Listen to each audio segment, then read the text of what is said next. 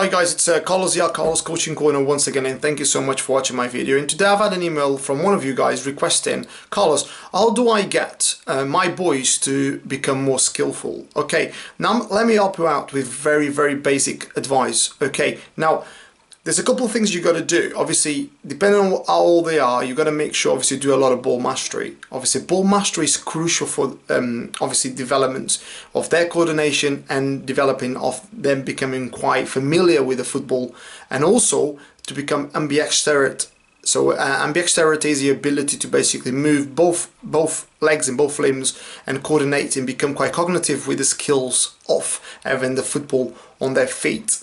Okay, it's imperative for you to obviously set a program for these boys depending on how many times they train, but making sure obviously they are training on a regular basis with ball mastery and they become confident. Now, another thing that is very important for you is to obviously encourage these guys to express themselves in training as well as they do in games. So it's something that's going to take a while, and it's something that you need to basically cultivate and be able to motivate these guys to really become skillful. Now, this is something that is quite sort of like detailed, but I'll explain it into another detail on another video, but I want to stay quite basic today because the question obviously can obviously lead to a lot of more questions. But what I was going to say to you is make sure obviously the ball mastery is obviously something that is very important for every footballer, but make sure you're not trying to create your footballers to become more skillful where they just basically basic players. And what I mean by that is, if a player's got the tendency of to become a great defender, for instance, he's not going to become the most creative footballer in the world. And this is why a lot of sometimes coaches and managers fail to identify the player's ability to perform. So they think, say for instance, I'll give you an example. I was talking to a guy the other day. I went and watched a game, and he looked at my right back. He's needs to get on the ball a little bit more, and he needs to develop this and this and this. And then, to be honest with you, I mean, I could see the guy, and I know the guy didn't have associative skills. What it means by that is the ability to acknowledge and associate an area with other players, which is obviously their opposition and their own players in relation to the ball. And I could say to you that the guy struggled with that. I'll tell you one thing he was very good at. He was very good at closing people down, and he was very good at basically timing himself into certain tackles, and then he was very good first and second balls. Now to create that kind of play, to become very creative on a ball, I'm not saying you can't do it, and this is I always say, you can never say you can't do it, but it's going to take you a long while, and that's not a player's characteristics. So you've got to make sure you understand the player's characteristics and how to teach this player what you want him to learn in relation to his ability. Okay, I'll give you an example. It's like if you're going to go and train a dog, for instance, and his sort of characteristics is a protecting dog.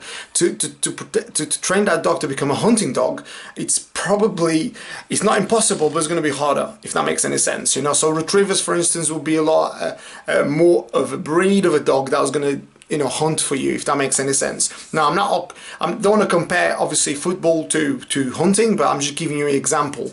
And that's what a lot of times managers and coaches fail to realize, the characteristics of the player and the characteristics what they want to get into their team, rather than what the player actually can give to the team, if that makes any sense. So that's another one. So the other thing as well is make sure obviously you've got players in the team that can do that probably better than him, or they already have the ability and the cognitive understanding to obviously develop those skills. That doesn't mean they got to be great players, by the way. Sometimes so-called not very good players got that ability of like egocentric and associative skills already, which then can be better trained to that particular skill, if that makes any sense. So I hope I'm not confusing you too much. I'm more than happy for you to contact me directly, so we can obviously share this particular subject, which is a fantastic subject, and I'm sure there is a lot of people out there that would like to discuss this, because this is a very technical, if you like, subject. I love to share this, and I hope you obviously develop that player. But let me know how you get on, and I hope obviously with this little video I've given you some ideas, but it's obviously within the ideas I give you, obviously you've got to get that consistency, the amount of times these kids are training with the football, how to express themselves, obviously certain drills that I'd advise you definitely to do within ball mastery, which I can't do it on a video right now, but I can send it to you if you want to. So please send me obviously your email address, contact me again. and we are able to obviously even talk on the phone or even meet up, and I can obviously explain to you. Okay, so for the guys obviously just watching this, please give me some comments and don't forget to subscribe to my channel. So until next time guys, it's Carlos here, Carlos Coaching Corner. Have a great day, take care of yourselves, bye now.